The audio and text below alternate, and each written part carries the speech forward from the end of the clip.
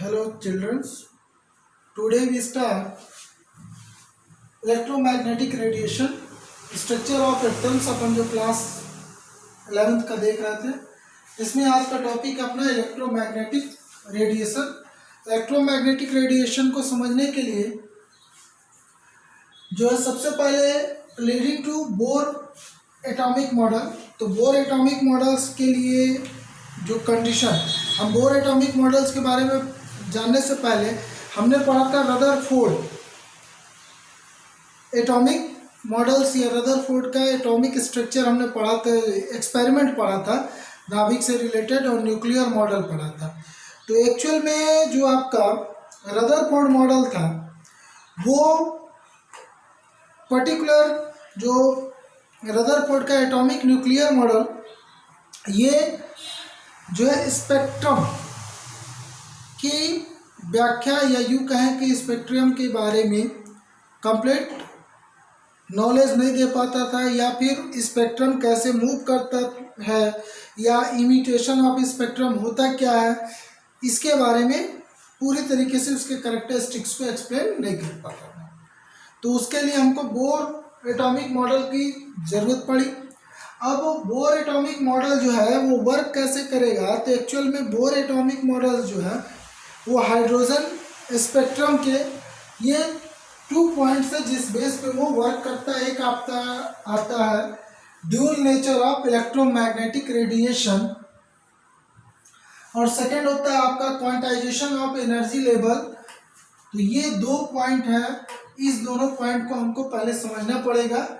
तो electromagnetic radiation की जब बात करते हैं तो एक्चुअल में यहाँ पास जो है ड्यूल नेचर में आप जब जाइए तो ड्यूल मतलब होता है 2, तो 2 टाइप्स के नेचर होते हैं।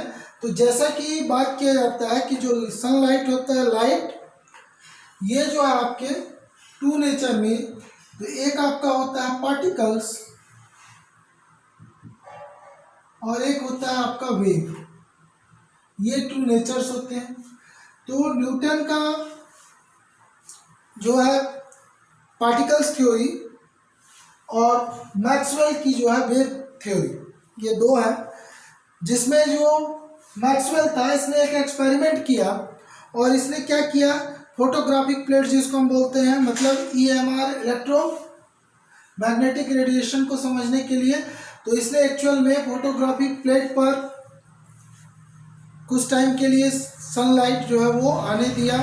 और जब फोटोग्राफिक प्लेट जो था, यानी एक मेटालिक प्लेट जिस पर सनलाइट यानी फोटो मीन्स सनलाइट, ये जब पड़ा और लाइट की वजह से उसमें एनर्जी जो है वो इमिट हुई, एनर्जी इमिट हुई, और तो उससे कुछ रेडिएशन रेज जो है वो पास होने लगे या इमिट होने लगे। जब उसने इस रेडिएशन या रेज को स्टडी किया तो उसने इसमें देखा कि पर्टिकुलर उस फोटोग्राफिक प्लेट पर 2 टाइप्स के इफेक्ट वर्क कर रहे थे। एक आपका था मैग्नेटिक फील्ड और एक आपका इलेक्ट्रिक फील्ड, ये दोनों मूव कर रहा था, यानी दोनों सेम टाइम पर कंसिस्ट कर रहा था, ये वर्क कर रहा था magnetic field and electric field. अब ये दोनों फील्ड का एक साथ पर्टिकुलर किसी भी ऑब्जेक्ट पर अप्लाई होने से जो रेडिएशन होता है, यानी रेज जो है इमिट होते हैं, इसको हम बोलते हैं EMR इलेक्ट्रोमैग्नेटिक रेडिएशन। अब इलेक्ट्रोमैग्नेटिक रेडिएशन का जब हम बात करते हैं तो मैक्सवेल की जो थ्योरी थी, वेव थ्योरी, उसके अकॉर्डिंग मैक्सवेल ने ये बोला कि जो आपकी एनर्जी है, energy is emitted from any sources like a heated rods, filaments of bulb, etc., which electric current is passed so continuously in the form of radiation or wave। तो continuously इससे जो है एनर्जी जो है वो emit होगी, लेकिन वो किस फॉर्म में होगी, वेव या रेडिएशन के फॉर्म में होगी। पहला पॉइंट उसने ये बोला। सेकेंड बोला उसने कि the radiation are associated with electric and the magnetic field which oscillate perpendicular to each other, तो हमेशा जो है मैग्नेटिक फील्ड और इलेक्ट्रिक फील्ड ये दोनों एक दूसरे के परपेंडिकुलर जो है वो एसोसिएट करेंगे, अप्लाई करेंगे, and also perpendicular to the direction in which the radiation propagate. तो इसका मतलब ये है कि विद्युत और मैग्नेटिक फील्ड, चुंबकीय क्षेत्र और विद्युतीय क्षेत्र, ये दोनों क्षेत्र जो है वो एक दूसरे के लंबवत हमेशा कंपन करते हैं, यानी 90 डिग्री बनाते हैं, और साथ ही साथ इसमें जो रेडिएशन का ट्रांसफर होता है या रेडिएशन जो डिसोसिएट होता है आपका, तो ये हमेशा जो है वो इसके डायरेक्शन के परपेंडिकुलर यानी 90 डिग्री फॉर्म करता है। तो जब ये वेव इन दोनों के बीच में रेडिएशन होगा तो ये ऑलवेज रेडिएशन जो है वेव के फॉर्म में मूव करता है और ये हमेशा परपेंडिकुलर होता है। तो ये डायरेक्शन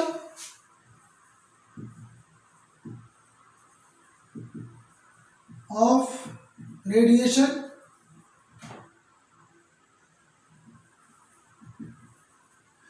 तो इसकी बात हो रही है। ये हो गया इसका सेकंड पॉइंट।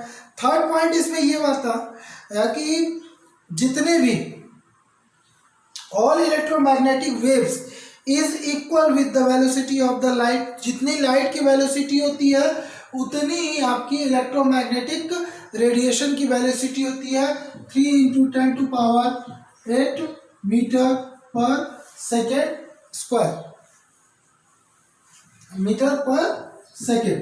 ये जो है इसकी वेलोसिटी होती है जो लाइट की वेलोसिटी के इक्वल होती है। ये आपका थर्ड पॉइंट था। तो यही आपका मैक्सवेल वेव थ्योरी था। मैक्सवेल वेव थ्योरी में इसने कुछ पॉइंट बताया। पहला पॉइंट ये बोला उसने कि किसी भी रिसोर्सेस यानी चाहे वो जो है आपका हॉट या हीटेड आपके रॉड्स हो या फिर बल्ब फिलामेंट्स हो, तो इससे कंटिन्यूसली लगातार जो है वो विकिरण या तरंग जो है ऊर्जा के रूप में बाहर निकलती है। दूसरा इसने ये बोला कि इसमें मैग्नेटिक फील्ड और इलेक्ट्रिक फील्ड दोनों परपेंडिकुलर होते हैं और इनका जो डायरेक्शन ऑफ रेडिएशन होता है वो भी इससे जो है परपेंडिकुलर होता है।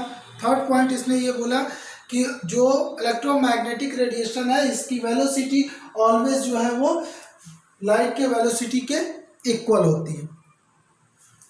यही आपका ड्यूल नेचर। तो इसमें जो है सेकेंड बात करते हैं आपका क्वांटाइजेशन ऑफ एनर्जी। तो एक्चुअल में एनर्जी जो है, एनर्जी को छोटे छोटे स्मॉल सीड ऑफ बंडल्स जिसको हम बोलते हैं क्वांटा या क्वांटम बोलते हैं। तो quanta Q, so Q equal होता है N into E. N is number of electrons and E तो 1 इलेक्ट्रॉन, द चार्ज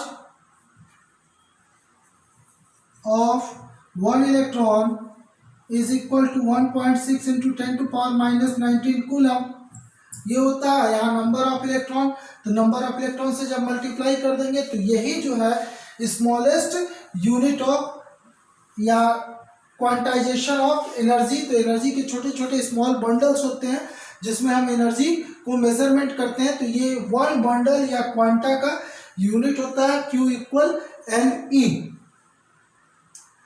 अब बात करते हैं कुछ कैरेक्टरिस्टिक्स ऑफ वेव। तो ये जो वेव में मूव करता है तो वेव के कैरेक्टरिस्टिक्स की बात कर लेते हैं। सो कैरेक्टरिस्टिक्स ऑफ वेव लेंथ में कुछ जो है कैरेक्टरिस्टिक्स हैं या गुण है वेव्स के, कैसे मूव करता है, कैसे क्या करता है। इसमें पहला अपना टॉपिक आता है वेव लेंथ, जिसको हम बोलते हैं तरंग दैर्ध्य। तो अगर हम तरंग दैर्ध्य को सिंपल समझे तो ये डिस्प्लेसमेंट, ये लाइन रिप्रेजेंट कर रहा, और ये आपका जो है वो जो वेव लेंथ है, वेव लेंथ के मूवमेंट को यानी उसके संचरण को बता रहा। तो ये जो है तरंग संचरण, कैसे वो मूव कर रहा है यानी उसके मोशन को बताता है। तो अब इसके बीच में जब हम ग्राफ के अकॉर्डिंग इसको समझने की कोशिश करते हैं तो यहाँ सबसे पहला अपना आता है कैरेक्टरिस्टिक्स वेव लेंथ।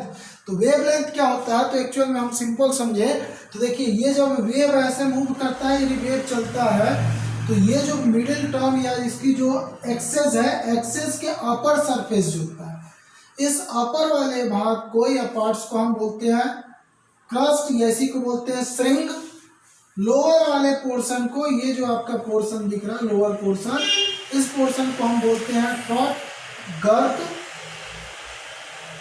तो पहला चीज ये श्रृंग और गर्त में वेव जो है मूव करता है, श्रृंग फिर गर्त फिर श्रृंग फिर गर्त होता है। उसके बाद जब हम बात करते हैं वेव लेंथ की, इसको डिनोट करते हैं लैम्डा। किन्हीं दो क्रमागत श्रृंगों या दो क्रमागत गर्तों के बीच की दूरी, किन्हीं दो क्रमागत श्रृंग मतलब ये ऊपर वाले दो कंसिक्यूटिव होनी चाहिए, लगातार है, किन्हीं दो क्रमागत श्रृंग या फिर दो क्रमागत गर्त के बीच का जो डिस्टेंस है, बीच की जो दूरी है, वो आपकी कहलाती है क्या, वेव लेंथ। इसी को बोलते हैं तरंग दैर्घ्य। तो अगर हम इसको तरंग दैर्घ्य का प्रॉपर डेफिनेशन बोल दें तो एक्चुअल में क्या हो जाएगा, the distance between any two consecutive crest or trough is called wavelength denoted by lambda। ठीक, अब दूसरा इसमें आता है फ्रीक्वेंसी। फ्रीक्वेंसी मीन्स इसको हिंदी में बोलते हैं आवृत्ति। It is denoted by nu, ये हम डिनोट करते हैं इसको न्यू से, N U, denoted by nu. तो आवृत्ति क्या होती है, तो आवृत्ति को हम सिंपल ये समझें कि पर्टिकुलर एक सेकेंड में, टाइम आपका फिक्स है, पर्टिकुलर एक सेकेंड में नंबर ऑफ कितने, मतलब एक सेकेंड में कितने बार श्रृंग और कितने बार गर्त आएगा, तो वही आपका कहलाता है आपका आवृत्ति। यानी अगर हम इसको परिभाषा देखें तो परिभाषा क्या होगी इसकी, कि किसी बिंदु से एक सेकंड में गुजरने वाले तरंग दैर्ध्यों की संख्या, या यूं बोले कि एक सेकंड में कंपनों की संख्या, तो एक सेकंड में जितने time, so number of time in one second, how many times move to wave in particular one place. तो पर्टिकुलर एक ही प्लेस या एक बिंदु से कोई भी वेव है वो एक सेकंड में कितने बार मूव करती है, तो हम यही बोल सकते हैं सीधा सीधा कि एक सेकंड में कंपनों या फिर वाइब्रेशन का टाइम हमको बताना है। मतलब ये एक अगर आपका वेव लेंथ कंप्लीट हो रहा तो एक सेकंड में कितने बार ये रिपीट करेगा इसको, तो वही उसकी कहलाती है फ्रीक्वेंसी। अगर उसको हम लोग डेफिनेशन देखें इंग्लिश में तो बोल सकते हैं the number of wave which pass through a given points in 1 second, the number of wave which pass in a given place or given point in 1 second is called frequency। या फिर हम इसी को बोल सकते हैं कि total number of vibration in 1 second, मतलब एक सेकंड में कितना बार वो वाइब्रेट करेगा, कितने बार वो रिपीट करेगा।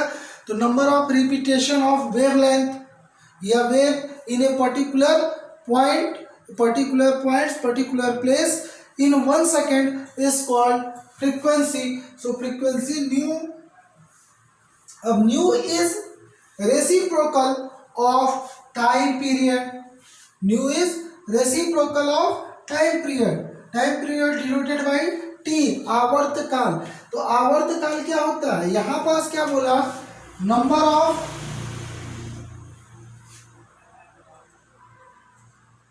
Of repetition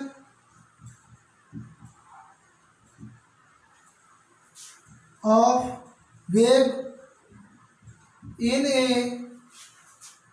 given point in 1 second. ठीक, तो ये हो गया आपका क्या, फ्रीक्वेंसी। अब टाइम पीरियड की जब बात करते हैं तो टाइम पीरियड में क्या होता है, टाइम पीरियड आवर्तकाल, मतलब एक वेवलेंथ को कंप्लीट करने में, एक वेवलेंथ अपने जो है टोटल डिस्टेंस को कंप्लीट करने में जितना टाइम लेता है, नंबर ऑफ टाइम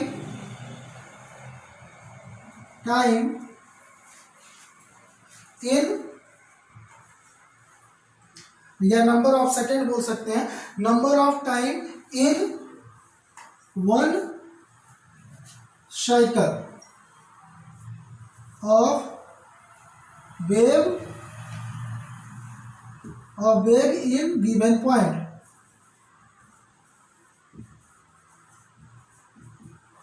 मतलब दिए गए एक निश्चित बिंदु पर एक बार एक साइकिल कंप्लीट करने में जितना टाइम लगेगा वो उसका कहलाता है time period. It is denoted by capital T. So capital T and nu are the reciprocal, ये दोनों एक दूसरे के व्युत्क्रम है।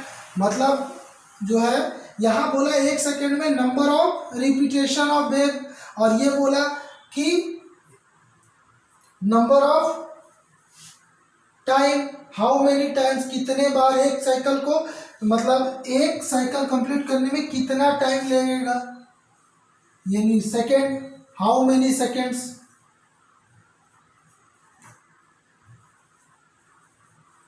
इसके बाद इसमें एक आता है आपका वेलोसिटी। तो वेलोसिटी तो पहले ही बताया है, ईएमआर इलेक्ट्रोमोटिव जो इलेक्ट्रोमैग्नेटिक रेडिएशन है। तो इलेक्ट्रोमैग्नेटिक रेडिएशन में जो वेलोसिटी होगी, सो वेलोसिटी ऑलवेज जो है वो लाइट की वेलोसिटी के इक्वल होती है। तो velocity it is denoted bye, velocity को हम डिनोट करते हैं किससे, v से, और c भी यूज कर सकते हैं। तो c इक्वल वेलोसिटी, तो वेलोसिटी इक्वल होता है डिस्टेंस अपॉन टाइम। तो डिस्टेंस मतलब क्या है, ये कितना कवर कर रहा है, यहाँ से यहाँ तक ये वेव लेंथ है। तो डिस्टेंस मतलब wave length upon time, upon में है टाइम टी, या टाइम पीरियड्स बोल सकते हैं। तो टाइम पीरियड्स, तो ये c equal v upon T, ये यूज कर सकते हैं। जो आपका इसके प्लेस पे अब टाइम पीरियड, तो या हम इसको क्या कर सकते हैं, c upon lambda is equal to 1 upon t. 1 upon t is the reciprocal of frequency. So c upon lambda equal nu, ये भी आपका बन जाएगा। इसकी यूनिट, तो इसकी यूनिट होती है मीटर पर सेकेंड। यूनिट ऑफ फ्रीक्वेंसी इसको हर्ट्ज, hz, इससे भी डिनोट करते हैं, या फिर इसी को बोलते हैं पर सेकेंड। फिर बात करते हैं हम एम्पलीट्यूड। तो एम्पलीट्यूड जिसको हम बोलते हैं आयाम। तो एक्चुअल में जब एम्पलीट्यूड या आयाम्स की बात करते हैं तो इट इज द हाईएस्ट या height of crust and depth of taught. तो ये श्रृंग की ऊंचाई और गर्त की अधिकतम गहराई, वही कहलाता है आपका एम्पलीट्यूड। इसको हम डिनोट करते हैं ए से, ये आयाम। तो किसी भी श्रृंग यानी जो आपका क्रस्ट है इसकी हाइट, या फिर जो आपका टॉट है इसका डेप्थ, गहराई। तो अधिकतम ऊंचाई या गहराई को हम क्या बोलते हैं, एम्पलीट्यूड यानी आयाम बोलते हैं। तो एम्पलीट्यूड इक्वल, इसको डिनोट कैसे करते हैं, तो it's denoted by nu bar. Nu bar से इसको डिनोट करते हैं, और सॉरी न्यू बार बोल रहा हूँ, इसको ए से डिनोट करते हैं एम्पलीट्यूड को। और इसका जो है इंटेंसिटी एक्चुअल में ये क्या करता है, तो हमेशा याद रखिएगा किसी भी वेव का एम्पलीट्यूड जितना हाई होगा मतलब उसकी इंटेंसिटी जो है उतनी ही हाई होती है। इंटेंसिटी का मतलब है इसकी तीव्रता से, तीव्रता या जो ब्राइटनेस ऑफ रेडिएशन होगा वो उतना ही हाई हो जाएगा जितना ज़्यादा इसका एम्पलीट्यूड होगा। इसके बाद एक और अपना पॉइंट आता है वेव नंबर, जिसको हम बोलते हैं, वेव नंबर को तरंग संख्या। तो तरंग संख्या क्या होता है, तो तरंग संख्या it is denoted by per centimetre. So number of wavelength per centimetre and is equal to the reciprocal of wavelength. इसको हम रेसिप्रोकल ऑफ वेव लेंथ भी बोल सकते हैं। तो इसको nu bar is equal reciprocal of wavelength 1/लैम्डा ये। तो 1 सेकेंड में कितना वेवलेंथ इसका जो है वो कवर अप करता है, यही आपका कहलाता है the number of wavelength in per centimetre and is equal to the reciprocal of wavelength. तो ये आपका आ जाता है nu bar. So nu bar equal 1/लैम्डा पर सेंटीमीटर।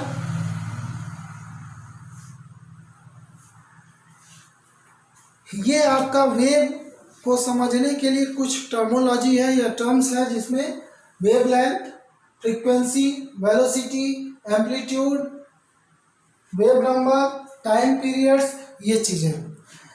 इसी से अगला जो है इलेक्ट्रोमैग्नेटिक स्पेक्ट्रम की जब हम बात करते हैं तो इलेक्ट्रोमैग्नेटिक स्पेक्ट्रम क्या होता है, तो एक्चुअल में अलग अलग इलेक्ट्रोमैग्नेटिक रेडिएशन का जो वेवलेंथ होता है, इलेक्ट्रोमैग्नेटिक रेडिएशन के वेवलेंथ को अलग अलग प्रकार के डिफरेंट टाइप्स के इलेक्ट्रोमैग्नेटिक वेवलेंथ को जब हम सेटअप करते हैं इंक्रीजिंग या डिक्रीजिंग ऑर्डर में, so arrangement of all the different electromagnetic radiation in the increasing order of their wavelength, उनके वेवलेंथ को इंक्रीजिंग या डिक्रीजिंग ऑर्डर में सेटअप करते हैं, या फिर उसकी फ्रीक्वेंसी को इंक्रीजिंग और डिक्रीजिंग ऑर्डर में सेटअप करते हैं, तो हमको एक स्पेक्ट्रम मिलता है, यानी ग्रुप ऑफ इलेक्ट्रोमैग्नेट्स रेडिएशन का ग्रुप मिलता है।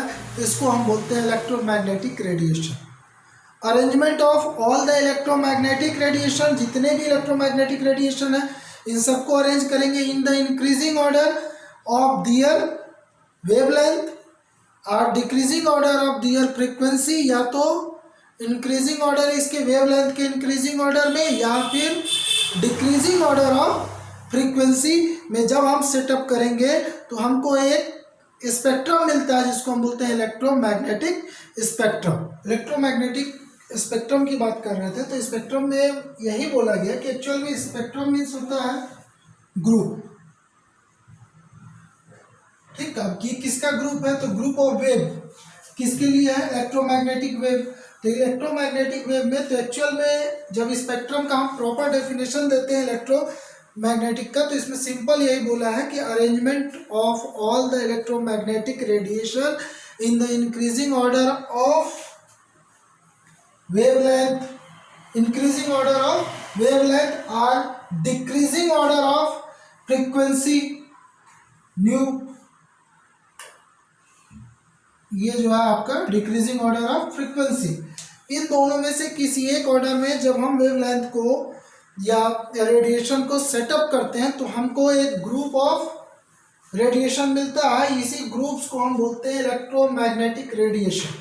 अब यहाँ पर हम जब बात करते हैं तो ये जैसा कि कॉस्मिक रे,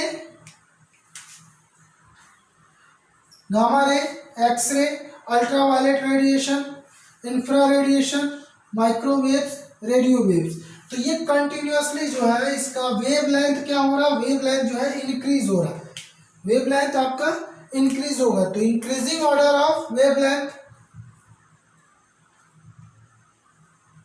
and decreasing order of frequency, तो 10 to power 24, 10 to power 20, 16, 12, 8, 6। यहाँ पर हम क्या देख रहे हैं कि ये जो है आपका रेज वही है बट रेडिएशन वही है वेवलेंथ का, लेकिन यहाँ फ्रीक्वेंसी जो है वो डिक्रीज हो रहा। तो ये डिक्रीजिंग ऑर्डर में जब हम सेटअप करेंगे या अरेंज करेंगे तो हमको एक ग्रुप्स ऑफ स्पेक्ट्रम्स मिलते हैं, रेडिएशन के ग्रुप्स मिलते हैं जिसको हम बोलते हैं स्पेक्ट्रम। अब इसमें एक चीज याद रखिएगा, अल्ट्रावायलेट रेडिएशन और इंफ्रा रेडिएशन, इन दोनों का बीच में यानी जिसकी फ्रीक्वेंसी होती है यानी wavelength 10 to power -6 to 10 to power -4 metre, और जब हम फ्रीक्वेंसी की बात करते हैं तो 10 to power 16 to 10 to power 12 के बीच में होगा। तो इसमें ये जो आपके स्पेक्ट्रम यानी जिसको हम व्हाइट लाइट बोलते हैं, जब वो आपका डिस्पर्स होता है तो 7 कलर में कन्वर्ट होता है। वैसे ही ये विबग्योर, VI तो वॉयलेट, इंडिको, ब्लू, ग्योर, ग्रीन, येलो, ऑरेंज, रेड। तो ये सीक्वेंस चलता है। इसमें ये 38 angstrom to 3800 angstrom to 7600 angstrom. तो ये कंटिन्यूअसली जो है इसका वेवलेंथ जो है वो मूव करता चला जाता है। यही आपका इलेक्ट्रोमैग्नेटिक रेडिएशन, और ये सीक्वेंस को प्रिपेयर कर लेंगे, याद रख लेंगे इस। ओके, तो आज का अपना topic characteristics of waves, electromagnetic spectrum, electromagnetic radiation, इससे रिलेटेड हमारा आज का टॉपिक था, और इसको आप प्रिपेयर कर लीजिएगा। Okay, thank you.